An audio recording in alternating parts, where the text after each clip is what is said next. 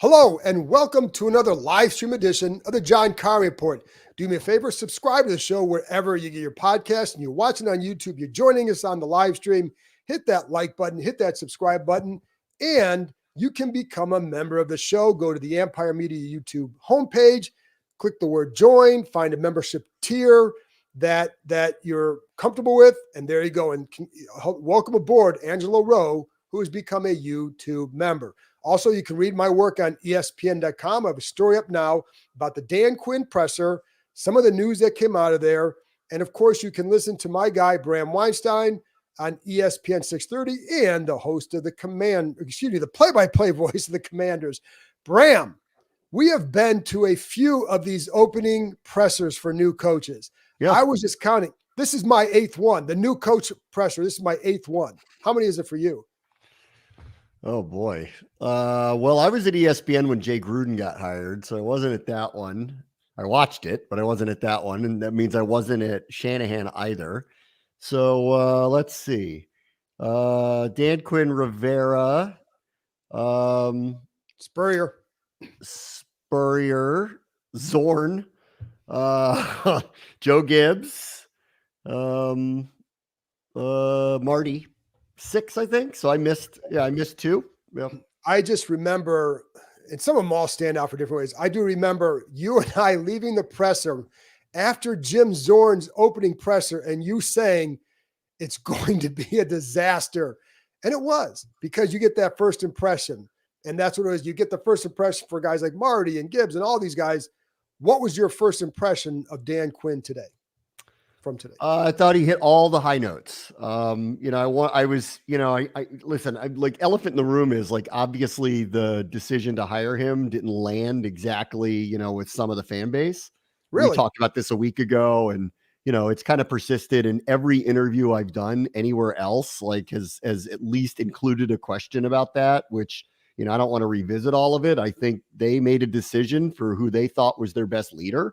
And honestly, if you listen to today, it kind of hit a lot of the high notes. Like, I really liked how introspective he was about Atlanta and said, I am a different person than I am then. I did this. He described it as I did a 360 on myself after, it went down the way it did. He was dying to do this again and reprove it. He calls himself wiser now. And he talked about, I'm going to stay in my lane. I want to do my job. Which is kind of the alignment that everyone's been talking about, the structure. There's no stepping on anybody's toes. And I thought he hit a lot of the high notes. And, we're going to be explosive. We're going to be physical. Great. Are we going to be a defense that turns the ball over, again? Great. There was a lot there that I really liked. And I really thought he really came off very positively to me today. The way I described to somebody there was not flashy, but a lot of substance. Yes. I think there's a lot of substance to him. And one of the things that, first of all, again, people in the league love him. There was somebody on the staff, the staff that was there the last 4 years, somebody on that staff who knows they're not going to come back, texted me and told me how much he really likes Dan Quinn.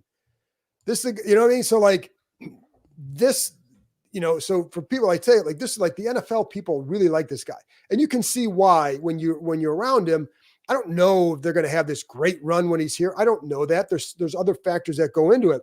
But the things that, and you talk about introspective, I think recalibration is the new culture, apparently. But so I think like I think he's very forward looking. I think he's constantly, when you talk to him, when you hear about people from him, looking forward to try and improve what he can do. And I think that's what the Atlanta experience was. This is not Ron Rivera coming here doing the same thing, saying the same stuff, because like in Atlanta, it sounded like he felt like he spread himself too thin. And when he talked about that, he talked about Adam Peters. This is why it can be different for him. All he has to do is work at managing the team and not having to call plays and do all that. So I think like there are definitely, he could point to changes that he's made in himself, the way he operates, to say that it can be better because I've learned this. Now you have to go out and do it, but Yeah. he could, but like you're right. Introspective, I think, is a good word. Well, I mean, listen, I mean, it's funny. You started with how many coaching, press conferences have you gone to? The majority of those, I walked out feeling pretty pumped up about it, especially when it was like Marty or Spurrier or Gibbs. Right. I felt pretty good about it. Others, maybe not as much, but in those, or Rivera for that matter, I was very, excited about what was coming out of it. And none of them won very much here. So, like I'm, we'll see what happens, but it's a different structure. It's a different time. It's a different ownership group. They have a true GM, who's not just has the title, but like can conduct the job. And, let's see how it goes. And I know I was laughing at recalibration. That's our first buzzword. We had we got to relive all the Rivera ones in the last few weeks, like position flex, catch radius, all those type of things. But with recalibration, we got our first word, but I agree with that too, because I just don't think there's a such thing as a rebuild in the NFL anymore. I think you can turn things around relatively quickly, in this league now. Houston's a sign of it. Jacksonville's a sign of it. Indianapolis even last year just missed the playoffs. I think the Bears, if they get this right, could be good next year. Like I don't believe in this kind of rebuild thing any longer. I think the difference between the good teams and the bad teams is very slim in this league. And so I agree with that. I don't want them to put any kind of timeline or dates on it. And asking him today, how long do you think it is before they're like really competitive?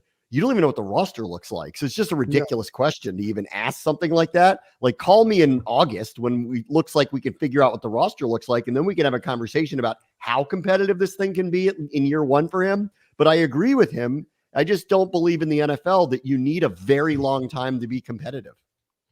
Yeah, I mean, you're right. Like, and especially Houston was a prime example where they won 3 or 4 games a year before, win 10. 3 years in a row.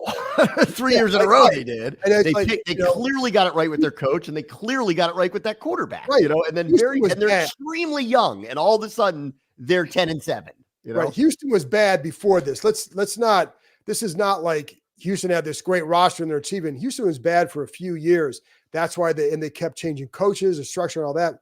You get the right people in there and it matters. I think the big difference, and it's funny because I do remember Spurrier's presser, and I also remember that he couldn't name a damn person on that team because it's like he had no clue what he was walking into. None, zero. And so I always thought of all that group, he and Zorn, you knew were going to be bad off the bat. But I think, with Quinn, I think there's a passion that you talk about. But because we've seen this, the proof is going to be during the fall. Like everything that happens here and is said now, well, do you win? Do you build a team that can win? And I think that's where the difference is. When you look at the front table, it's Josh Harris, it's Quinn, and it's Adam Peters. Those are the guys sitting up there today. It's not Dan Snyder, Bruce Allen, and Jay Gruden. Yeah. But so there's no guarantees. I mean, we don't know. Nobody knows, and we'll find out. But if you just go off first impressions, and I think the initial first impression, obviously with a lot of people, was he did not fit the criteria of what they expected. They expected someone younger who hadn't been a coach before and likely an offensive-minded person. None of those things happened. So it took a few days. And then it also didn't help that last week was awkward to whatever degree anybody wants to admit it or spin it or talk about it. It was. And they may never have really intended to offer the job to Ben Johnson, but they did wait to speak to him. And what he did was bare minimum unprofessional. And, at worst, it really made the organization, put them in whether he intended to or not, put them in a very awkward and somewhat bad light. And they had to go into a spin cycle, even if they didn't even feel like they had to go into a spin cycle. So this is how did it land? I don't know. I'd rather ask the fans that, honestly. For me, I didn't think it was bad hire. I knew how serious they were taking him the whole time. I think you saw how genuine and, that he is. And, but I don't know if they're going to win or not. I haven't seen them win very much through the year. So I'm hoping they do. Yeah. And no, he was not a fallback guy. He was a guy that from the jump was a strong candidate. So this was not this guy pulled this guy, but we don't have to rehash there because I've talked about that. So I just want to focus on things today. The other thing, not calling defensive plays. Do you like that? Yeah. I mean, I guess, considering Considering who the defensive coordinator is, which he's worked with him on a previous staff in recent years, sure, that makes sense to me. That stuff can always change, but like, I don't know why I would go into it thinking that would be the case. So no, I don't have a problem with that. Not on that. I don't have a problem with that. Do you? No, I no, and I don't. And I like it, to be honest, because one of the things, and this is again, somebody texted me the other day, a coach in the NFL league who's coached with him, and he was talking about like some of the stuff that was all being said. He goes, they had hired one of these other, actually I talked to him, wasn't texting. So you're like, if they had hired one of these guys, you're getting a coordinator you hope is a head coach. So with Quinn, you hired a head coach. So I think that's what it comes down to. They need him to be a head coach. And a lot of times when Jay was here, I remember talking to him about this. He would want to, he would have ideas for the defense, but he didn't really feel like he had the time to then go over there and spend the time in some meeting rooms or things like that to go over some of this stuff, like some blitzes that give him problems, that maybe you can do this. I think when you're a head coach, you have more time to kind of delve into other areas when it's like this. It's great to have a play call. That'd be fine if you're obviously. I think hiring like Dan Campbell showed that this can work. John Harbaugh has shown that it can work, so I think I like that he's taking this route. I think it's a good way to go. And there's so much that goes on with these things that it's just important that you keep your hand on both sides of the ball. Yeah, I liked what he said about what he thinks his job is, which is to get everybody to be hands on the ground, like hands in. I'm doing the team. I'm not worried about anything else. Even Ron Rivera kind of admitted by the end there was a lot that was going on that would just made the job almost too much. And to be fair to him, like I don't know how he would have fared if he came in under this structure. Who knows? Like it's impossible to know. But what I liked what he said was, because someone asked him, like, what does success look like? And he basically said, are we playing the way that I expect us to play? Physical, explosive, fast. You're going to know what you're supposed to do. We want you to be able to play fast. We want you to buy in. We want you to, we want you to be part of this, want to be part of this, play hard. And if that's what they're doing, then it is a success in year one. And he hit a lot of high notes for me. And I just posted one of the comments up who said something like, we don't need a sexy pick. We need results. I agree. Well, so long overdue for that. I 100% agree. I'm done winning the off season. Like, let's go win on the field a little bit. And I'll tell you what, like, as far as like reputations go and what, 1 hour of a press conference sounded like to me, this guy sounds like someone who knows what he's doing and knows how to motivate people. So let's go. But I'm going to stress, not just him, but it's the owner and it's the GM. Those two give it the best setup I've seen here in a few decades because of those two. Then now you got to get the coaching stuff right. And he's got to, you got to fill out your staff. You got to do this and that. Speaking of the staff, the Cliff Kingsbury hire, what'd you think? It just, when you see it like pop up like that, it screams we're getting Caleb Williams. So I don't know that that's happening, and I don't know where the Bears stand on this, and I don't know, like where Caleb and his people stand on all of this, because they're pushing back at anybody saying like we're trying to dictate anything at this point. But sitting at number 2, he's from here, and now all of a sudden the guy who worked directly with him is coming here as the offensive coordinator, and he congratulated him, which I don't want to make too much of that, but at least he likes him enough to do that.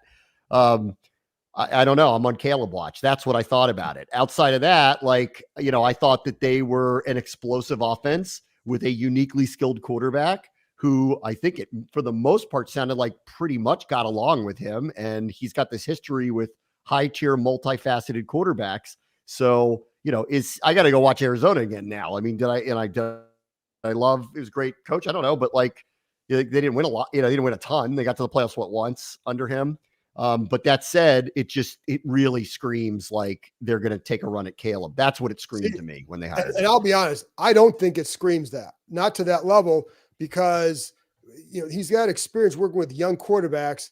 But again, and I pointed this out on the podcast last night, Phil Longo runs that air raid offense. Those two are very tight. Phil Longo coached Drake May and Sam Howell. Those guys have been in this offense. So that's why I say, I don't think it screams that to me as much as it is like, could you go make that run? Sure. But I also know and nobody has told me they wouldn't. But I also know, like, they know they have to build through the draft. Are they really going to, how much would you have to move up to get that? And if Caleb Williams is that good, the Bears aren't trading out of that pick.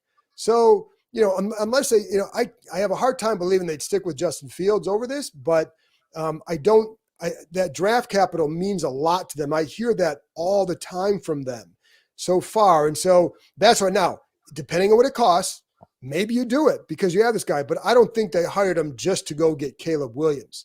No, I'm not saying that, but it just screamed like it's just too on the nose. He literally worked with the guy last year. He did, and that can be. Listen, you don't know how that can be processed. I remember when Dwayne Haskins was here, everybody's like, "Oh, they go get Urban Meyer." He worked with them. That was going to be a reason that Urban was going to stay away. So you never know what somebody thinks of him. I don't know. And we know that Caleb Williams is a super talented kid. And maybe it's like he loves the guy and he wants to go do it. And maybe that is him. I don't know. But I'm not sitting here thinking, oh, now they're definitely going to go get him. I don't think that. I think you do go through it, but I think you hire him because he can develop a young quarterback, whomever it is. Yes. Can he do that again here? And then I think the other thing that, he does, Dan Quinn has known him for a while, it turns out, which I didn't realize until the press conference. And it's an offense that I think has given him some fits, maybe, I guess. So I don't know. I don't take that. Like, I think there's a natural, but I don't take it for granted that they're going to somehow just automatically do that. No, I don't either. And I think, here is someone who, has worked with very high level quarterbacks, multifaceted quarterbacks, and has, excelled with them. Worked with Pat Mahomes, worked with Kyler Murray, worked with Caleb Williams. I personally, I like the options they have too. I think there's, unique subset here with either Jaden Daniels or Drake May or Caleb Williams. They all kind of do different things. Yeah. And so it's kind of pick the one you like the most. So I think they're in a very good spot there, but I believe that you go after the guy you want. You don't just sit there and go, I'll take any of them. Oh, agreed. For me, early, that is Caleb Williams, but I'm with you. I don't want to pay a king's ransom to move up one spot, so I don't want to do that. But if you think this guy's going to be special and you think the other guys are going to be really, really good, then you go after the special guy. That's how I feel about it. And I think he might be. That's just my initial impression of him. I think he might be. So here's and Dr. Wonderful, and he changes the name all the time. It's great. Of the QBs left at 2, which fits what he wants to do offensively. Well, clearly, I just said, like both these guys do. I think the question is, and I don't know how Jaden Daniels fits completely. I don't think it would be. I don't know. He runs some concepts of that at LSU. It looked like a lot of certainly some zone reads, some RPO, and I think there's probably a lot of things that he could operate well in that offense.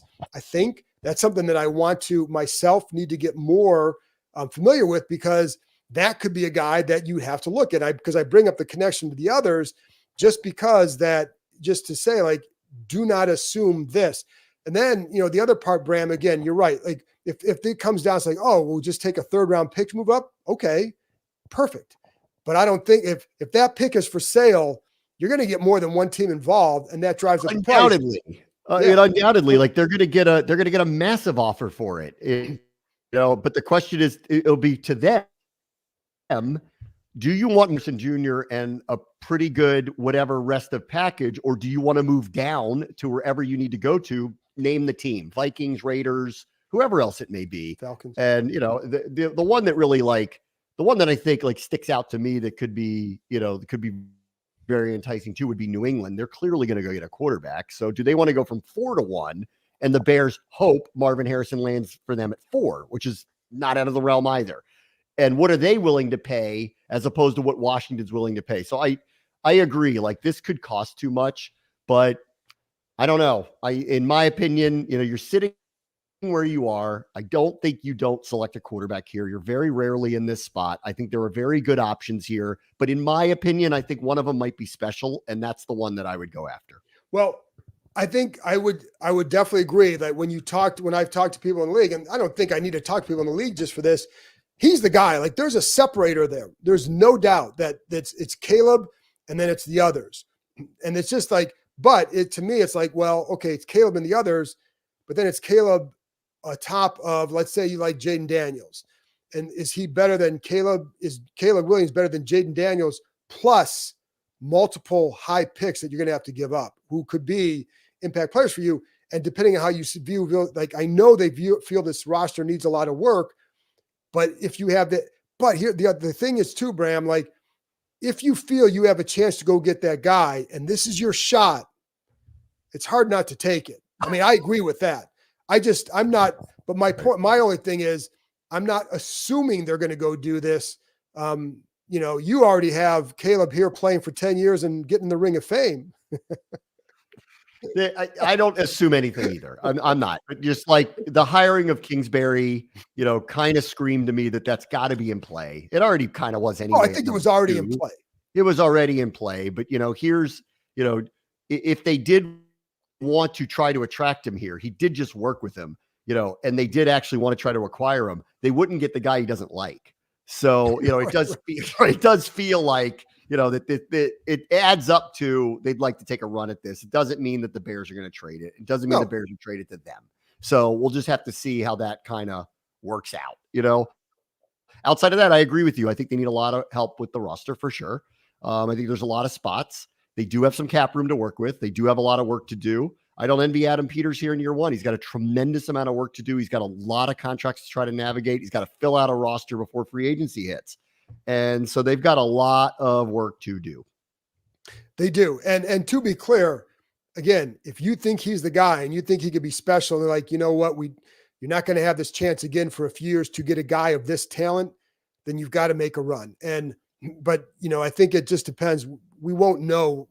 I'm not sure Chicago knows exactly what they're doing or certainly hasn't communicated that. And they wouldn't to me anyways, or to you. So, but it's hard to believe that they wouldn't take Caleb Williams. And I think the thing I'd worry for this fan base is Caleb Williams going to become the next Ben Johnson for them, chasing this one, person that then ends up somewhere else or stays. And, my own belief with Ben Johnson is if somebody's kind of went about it that way, maybe you dodge something this time. So, who knows? We don't know. We'll see how this all plays out. You know what? There are some offensive coordinators that come along and change the game. It's rare. And you don't know it until they get there and do it. But like, I could look at the quarterbacks and go, that guy might change everything for you. So hard comparison there. Ben Johnson, Caleb Williams. It was right. No, absolutely. Listen, if they did that, it'd be really exciting for this area again. Because that's what the kid brings. So it would be very interesting to watch. So what about Joe Witt? Any impressions there? So, yes, obviously to go back to the play calling thing, like I'm very comfortable with what he's doing because this guy's worked with him directly in Atlanta, in Dallas. He knows, they're on the same page. So that's the good news. Second, our first round pick last year was Emmanuel Forbes. We need to find out what he's all about. And this is the best possible scenario for all of us and for them to find out what he's all about. These guys have turned corners into turnover machines. They had Trayvon Diggs, is high level talent, of like his level, Forbes' supposed level, at least draft level, break team records for interceptions in a season. And then the next year turned a 5th round pick into the guy who had the most pick sixes in the history of the NFL in a single season. So, from this perspective, like the guy who should be ecstatic about what happened today is Emmanuel Forbes. And we're going to find out what he is all about in the very, very, very near future. And, listen, Quinn's defenses speak for themselves with the amount of turnovers that happen. Like when I get a chance to talk to him personally, I want to ask him about this. Like, it is uncanny how many they cause, and it's happened through the years. So it's not a coincidence anymore. Like sometimes they're luck and sometimes they're this, sometimes they're that, but it just has it's happened too many times. I want talk to him about it. And so we drafted Forbes to be a ball hawking corner who makes picks and turns games upside down. So I'm excited for him to come back in year 2 in a situation like this where he should have the opportunity to thrive. I think that's a good point. I'll be curious to see what the impact is on him, because with Witt, a lot of it was he's a defensive pass game coordinator. So the coverage schemes are going to come from him. And that's something that could benefit Forbes for sure. I wouldn't write off a guy after 1 year. I think I have big questions about him. I really am a big fan of Quan Martin. I have a lot of questions about Emmanuel Forbes, not how he handled the situation, but can he get to the level they need? Is he going to be able to do the work? I think they missed Chris Harris a lot last year. And it's funny, Bram, because one of the things that they missed with him was the ability to tell. And this is something that came up in the presser about guys playing, like making it so guys understand so they can play fast. So there were things that were going on that in the past that Chris Harris could tell Del Rio, these guys can't do that. You can't ask them to do that. They can't play fast that way. You can't ask them to do that. He would push back on things.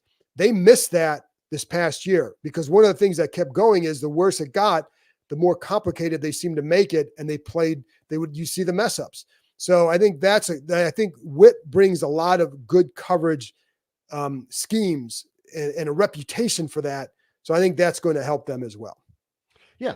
Listen, there's a lot with what happened over the last couple of years, but for some reason that scheme that they were playing was just too complicated. I mean, that's part of it. All right. It's part of it.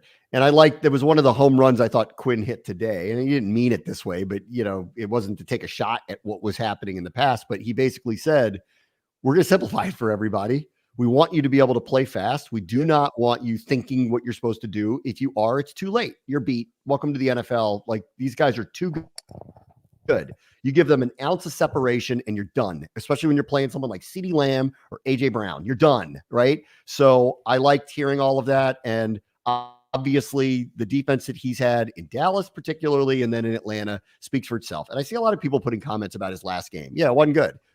If you judge everybody, then why are you upset about Ben Johnson not being here then? Because their last game, they blew a 17-point lead and they scored 7 points in the second half, and it came in the last minute when the game was over. So you could do this to anybody if you really want to.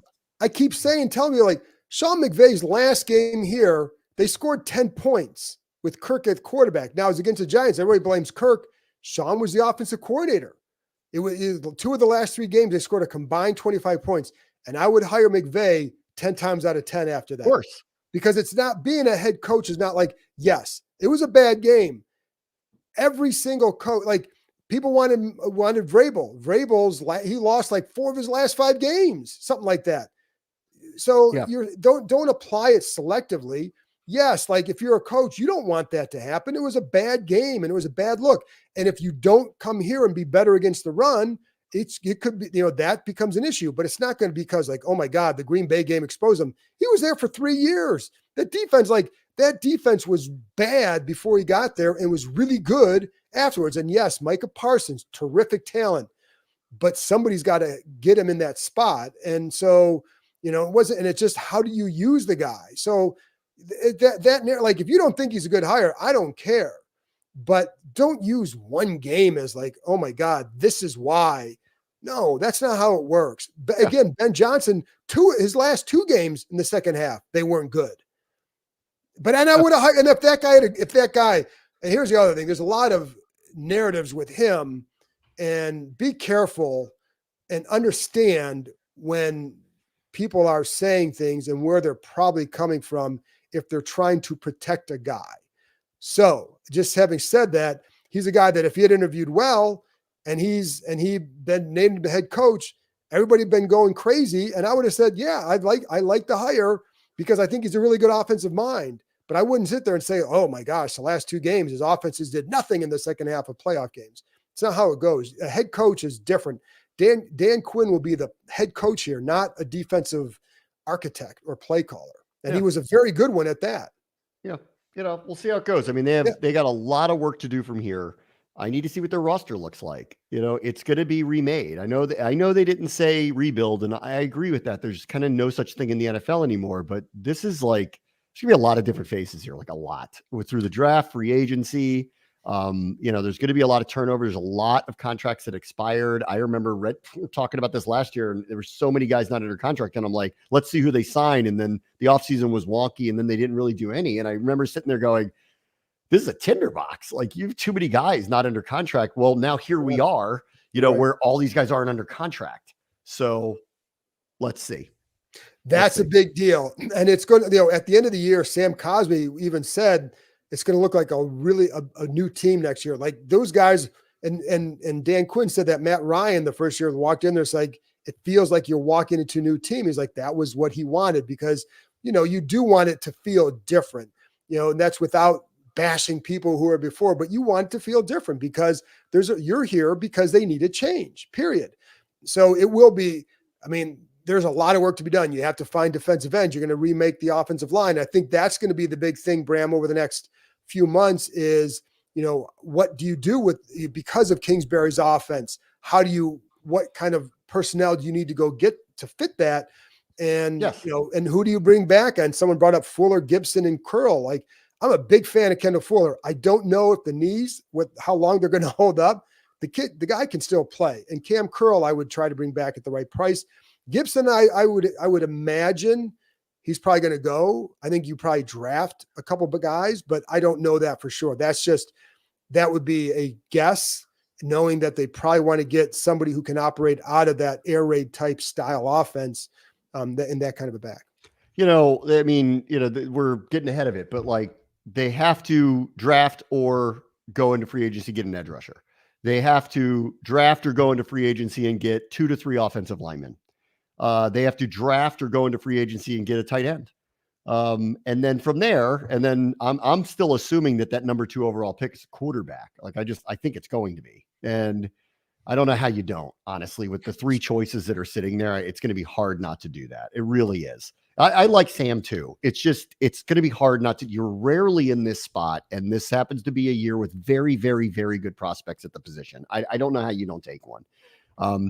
But, so we'll see what happens from there. But we got a long way to go, and they do have a lot of cap space to work with. They could maneuver the picks that they have a little bit to try to either move up and down and gain more capital.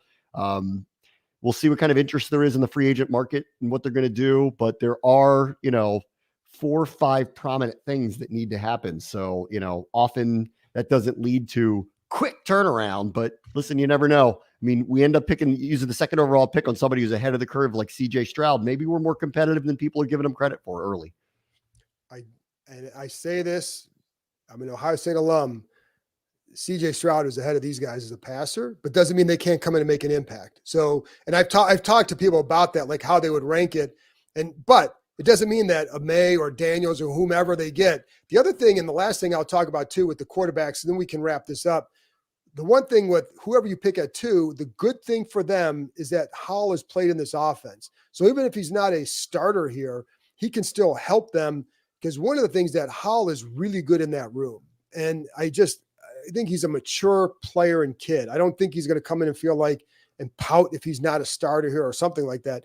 I think he'd handle it very well. I think he'd be good at helping somebody learn an offense that he has played in college. And then it'd be curious to do something with free agent, maybe a guy that Kingsbury knows well or something like that. I don't know. But I do think that's a benefit to Howell, having played in this offense that at least in college. And it's evolved, but at least he has experience in it and knows how to operate it. I think that's a help too. So we'll see where it goes, Bram. But, it's all, listen, you have to win the presser, but you've got to win during the season. Yeah. And, again, you're right. Like we've both seen a lot of these coaches who come here, Gibbs with the red carpet, Spurrier with all the, the Spurrierisms and the excitement with that. And, Marty with the passion and Joe with just Joe and then Zorn with maroon and black. You talk about somebody who lost it. By the way, and just real quick thing on that too, because you remember the other thing, it wasn't just the maroon and black with Zorn. It was, he sat up there and was applauding the whole, remember the 10-man tribute to Sean Taylor. Yeah. Well, Joe Gibbs was not told about that. So it did not sit well with him because they didn't tell him they were going to do that. So he wasn't too happy about it. And Zorn at his presser is like gushing about Joe and doing this 10-man tribute to Sean. I was standing by Gibbs. I was standing on the side. The place was packed, and I could just see Gibbs' face kind of turning red. But it was like, oh, dude, man, you felt like you plucked somebody's neighbor from a backyard barbecue and said, "Here, be a head coach." That was of all the press conferences we had, the introduction ones. That was the one where I walked out going, "We're not going to win." One of all the other ones, I was either listen, it's either Shanahan, Marty, Joe, Spurrier, like who didn't know? I didn't know, but like it was hoopla around him. Like who thought the hiring was bad at the time when they did it, right? Or even with Jay, like it didn't inspire a ton of coverage, but I was not like I'm not open minded to it. Or Rivera, the Zorn one, because of all it was just I walked out of there going, we're not going to win. Like I just know it. So how long is this going to last? I don't know, but that's the worst feeling on earth, that when you walk out of that first day and you go, oh man, like it's just, this is not going to happen. I do remember that, because I remember you and I, because back at that time we were still, our press room was in the building still. It's about a 50-foot walk from the auditorium to the press room. And I remember specifically you saying that this is going to be a disaster. But the funny thing is they started 6-2. And then just the way Zorn thought, they're 6-2 or 6-3 at this time. They had a couple guys hurt, and somebody asked him when they're coming back, and he started talking about, well, we've got to rest them up for the playoffs. I'm thinking, are you kidding me? And at that moment, it's like, well, they're effed, because there's no chance. If you're already thinking like that, you got no chance, because that's not. Gibbs would never have said that. Gibbs, remember when Joe White asked him an innocent question about playing the Niners, and like Mike Nolan was on the other side, like, do you know Mike Nolan? Something like that. Something innocent. And Gibbs went off for 5 minutes about how everybody's saying we're going to roll over the Niners and they're terrible, blah, that's not going to happen, blah, blah, blah, blah, blah. And he was livid about him. Like, that's why this guy is a Hall of Fame football coach. That intensity, that passion. And then, of course, they go out and they rolled the 49ers, but it was how pissed he was at it. Anyways, I don't know why I'm getting off on that, but it was just a contrast to Zorn, and it was pretty stark. Today was way better than that. Yes. I feel like we got a very competent head coach in here who genuinely wants this job, genuinely wants to prove himself again, genuinely believes he's a better coach now than he was the first time around. Did not walk in here and say, I have all the answers, but said, I've asked a lot of people to help me find them, and got somebody who walked in here and said, I'm ready to do my job, and I'm ready to watch everybody else who's up on this dais with me to do their job too. Like, it was a good day. Does it mean it's, that we're heading towards winning times again? I really, really, really hope so. It's been too long. But there can't be any guarantee of that. That said, I did like today, and off of the week that was a little bit awkward. And, it goes without saying that it didn't land with some of the fan base, I think, the way they wanted to. I thought today was a much more, I hope, inspiring indication of what's to come here. And that's why I said, like, I don't really know what the fan reaction was. I was busy doing a show, and then I was doing this, and I haven't really checked in on everybody's pulse after hearing him for an hour, but I walked out of there impressed. And I also call the games and am an optimist and want them to be good. And so I'm going to root for the guy, but like, he did nothing to make me feel like apprehensive about the hire. It does. I get it. They wanted a communicator and a leader. You saw that, you saw it, and I felt it. And I'm hoping it carries over. And I'm hoping this team is better. That's all. Yep. And the last word for me and you hit on it too, the best coaches surround themselves with good people and find people who can't do things that maybe they can do. Joe Gibbs was a master at that. And, we'll see how he builds out this staff, because coordinators, like, I'm intrigued by Witt. I really like that. Kingsbury, I want to see what that offense does here. And, I think he's got a good reputation as a coach. I know some people in Arizona who play for him who love him. So we'll see, but I don't, I'm pretty low on my research on him at this point, but I'm intrigued by it and to see where it goes in the draft with it.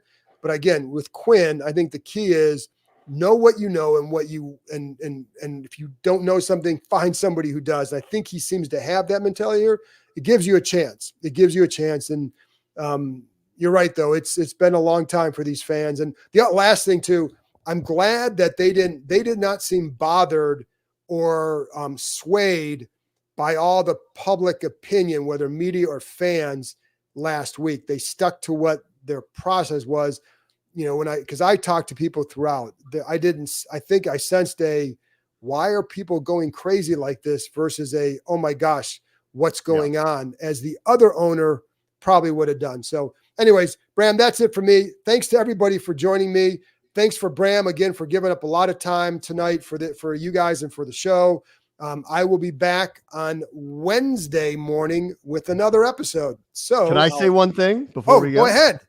I'm going to be on Radio Row in Vegas Wednesday, Thursday, Friday. So you can check out my show on ESPN 630 Wednesday, Thursday, Friday from Radio Row. Also, thank you all to the new members. I'm really pumped about all of that as well. And then, sorry I hijacked your show. Back to you. No, that's a good way. That's a great way to close it. Any guests on Radio Row that you know already? Holy moly. It is wild. Let's see. Oh God. Sean Merriman's supposed to join me. Marcus Williams of the Ravens is supposed to join me. Brad Edwards, old Redskin legend, is supposed to join me. Mike Lombardi, Jonathan Ogden is supposed to join me. So it's very fluid. There's a lot of things that you've been out there for this. There's a lot of people that come on, but that's just for now what's happening. I think Rod Woodson's going to join me too. So it's going to be a crazy, crazy week. And I've already told the Commanders, if anybody's out there, please, please, please stop by. So hopefully I'll get a couple of the members of the organization too. I know London's going to be there, so I'm going to wrangle him to come on the show too. And there you go. And again, like as we reiterate what Bram said, thanks to all the people who signed up for memberships. Very excited about that. And so there you go. I'll talk to you next time, folks.